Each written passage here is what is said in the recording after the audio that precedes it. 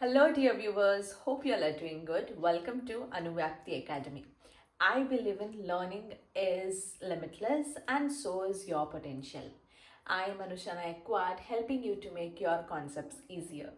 So today we will be looking into the very important and very scoring topic of BCom, that is consignment. One of the very important and compulsory questions we can expect on this topic, that is consignment. So what do you understand by the word consignment? So in consignment there are two parties involved. Okay, that is, one is consignor and the other one is consignee. Consignor and consignee. Everything relates to these two parties. Everything in consignment relates to consignor and consignee. So what is consignment then? Consignment is when consignor, this person one, consignor sends goods to this person two, okay, for selling. Okay, this consignor sends goods to consignee to sell those products in the market. Okay, but very important, without transferring ownership. Ownership is still with the consignor. Okay, so what is consignment? When the consignor sends goods to the consignee for selling those goods, but without transferring the ownership, which means what? The product ka owner is still the consignor. So now why has the consignor, ये consignor को क्यों consignee को वो products देना है so that he will sell it? Why not consignor will directly sell? Because to market reach. Okay, maybe consignee has good market reach, maybe he knows other middlemen who are involved, maybe he has potential to sell those goods, right? So in that case, consignor sends goods to consignee, and this is also a principal agent relationship.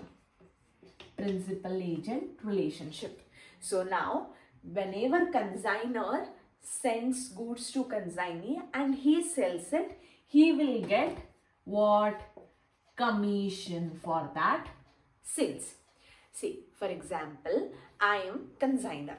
I have some books.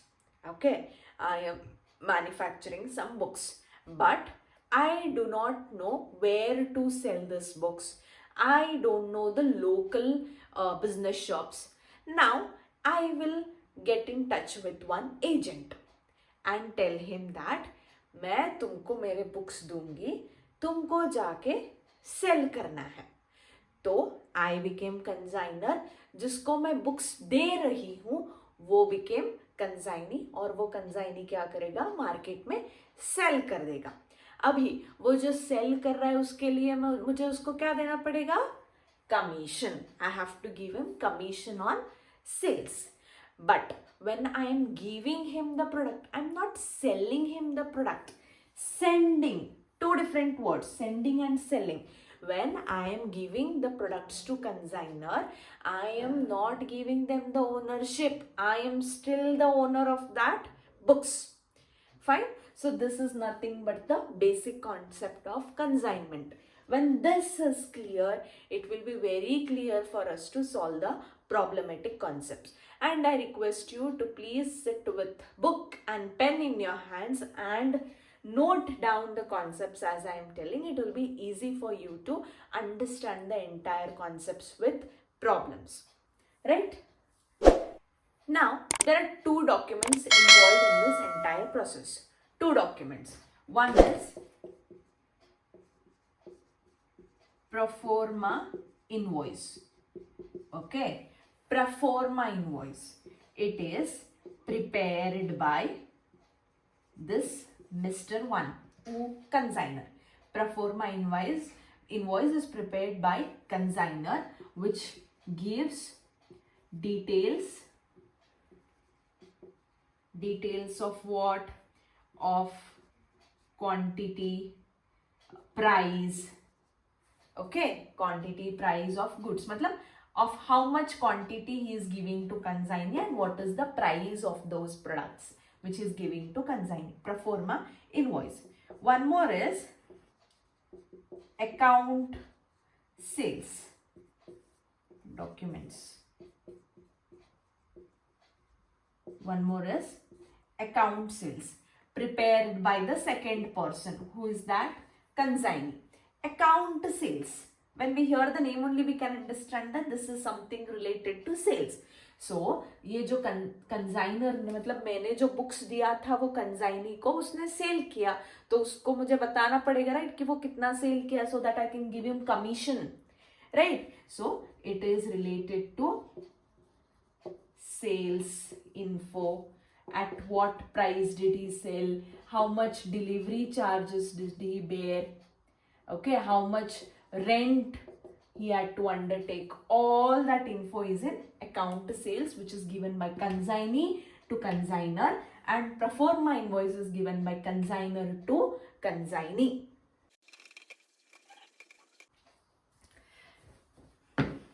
Okay, I told you, जो consignor है वो consignee को क्या कर रहा है? Goods दे रहा है और कंसाइनी सेल कर रहा है.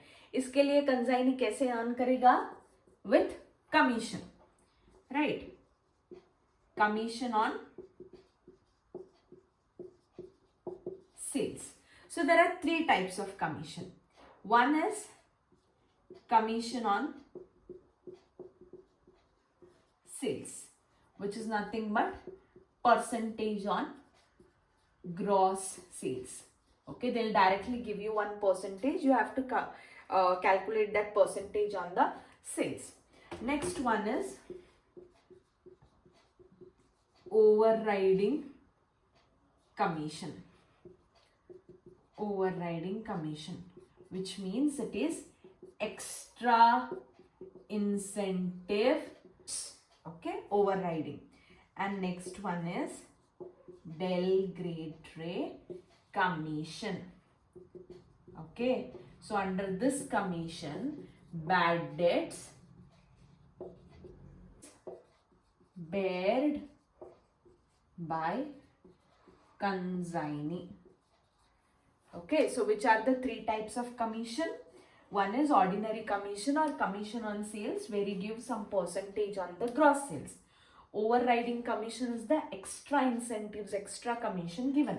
Del credere commission is where bad debts is bared by the consignee. These are the three types of commissions that consignee earns. There are two kinds of expenses. There are two kinds of expenses which we have to keep into account. One is recurring expenses and other one is non-recurring expenses. It's very important to understand what is recurring and non-recurring expenses. See, recurring expenses are something which recur, which you have to bear every month. For example, rent. Rent is something which we bear every month. We cannot just pay 1 month rent and leave it off. Correct? Electricity bill. Is it something which we have to pay every month? Yes. So those are recurring expenses which come again and again and again. Recurring expenses. Next one is non-recurring expenses. So what are non-recurring expenses? Opposite of recurring expenses, which means it comes for only once. Okay, we consider it for only once. For example, delivery charges, freight and octroi. Do we do it again and again every month? For one delivery or transport of goods, we pay the delivery charges only once for one consignment deal, right? So that is something which is non-recurring. Advertisement, is it recurring and non-recurring? Advertisement, we do it again and again, so that comes under recurring. So it's very important for you to understand the meaning of both. Okay? Recurring is something which comes again and again. Non-recurring is one-time expense for that particular consignment deal.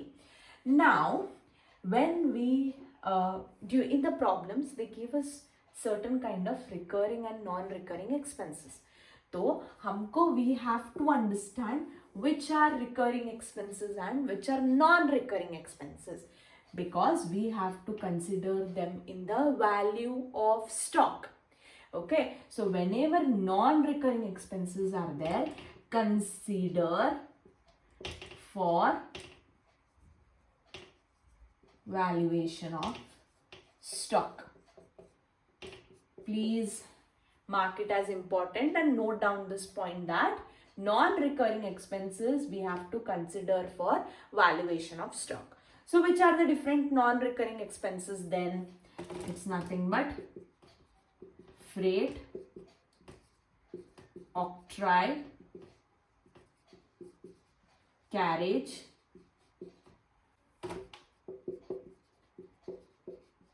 insurance and loading. These all are one time and you have to add this for valuation of stock.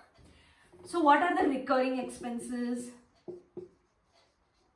Salary, right? We give it every month again and again. Salary, rent,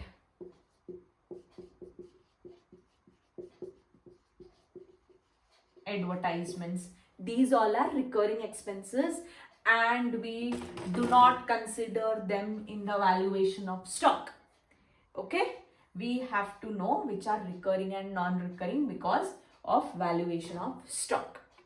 Please note down as I'm writing because it will be very important and it will simplify your process when you are solving the problems. Next very important theoretical concept of this chapter is losses. There are again two types of losses. One is normal losses, other one is abnormal losses. So what are normal losses? Which incur normally in the course of action. For example, if we have, for example, it is what I can say, oil. Okay, I am sending oil. I am a consignor and I am sending oil to the consignee. Obviously, transportation may the oil may spill, correct, or it may leak. Normally, it may happen. That is nothing but normal losses. Okay, which is unavoidable. Unavoidable. So what are abnormal losses then, which you can avoid? Okay, for example, theft, fire. Okay, abnormal losses which you are not prepared for. Those are known as abnormal losses. So differentiating between these two is also very important. Here, accident. Okay, normal losses are leakage, evaporation. Normally, it will normally occur in the process. And the very important thing to note that normal losses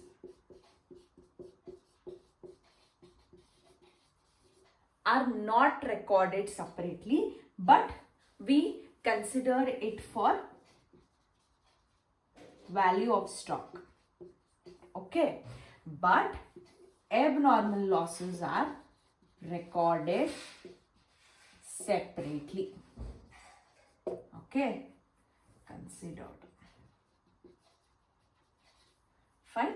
Normal losses, abnormal losses. Normal losses are unavoidable, like leakage, evaporation, and we do not record it separately anywhere, but we consider it for valuation of stock. Whereas abnormal losses are something which you can avoid. Example what? Theft, chori, or fire or accident, but it is recorded separately.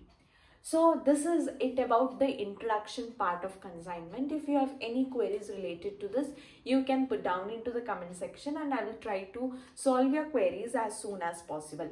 And I request you to please sit with pen and paper during the sessions, because as you write, you understand more. Right, and this is something which is very important concept for the examination and one of the scoring concepts also, I can say. So in the next video, we will be looking into the formats of consignment accounts. So do not forget to subscribe, hit like and share this video with your classmates. Until then, happy learning.